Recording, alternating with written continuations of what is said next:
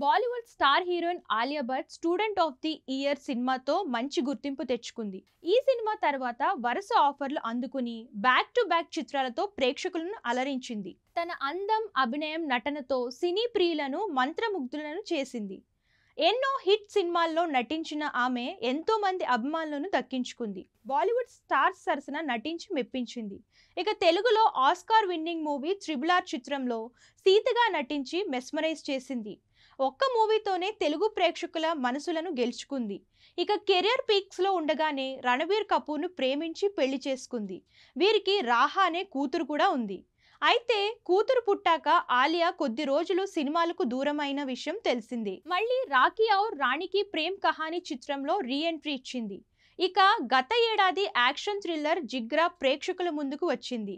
వేదాంగ రైనా కీలక పాత్రలో నటించిన ఈ చిత్రం బాక్సాఫీస్ వద్ద రాణించలేకపోయింది. దీంతో ఏ కొత్త సినిమాను ప్రకటించకుండా ఫ్యామిలీతో వెకేషన్కు వెళ్తుంది. తాజాగా ఒక ఇంటర్వ్యూలో పాల్గొన్న ఆలియా జిగ్రా ఫ్లాప్ పై ఆసక్తికర కామెంట్స్ చేసింది. నాకు నటనపై మక్కువ ఎక్కువ. ఇండస్ట్రీలో నటిగా, నిర్మాతగా కొనసాగుతున్నాను.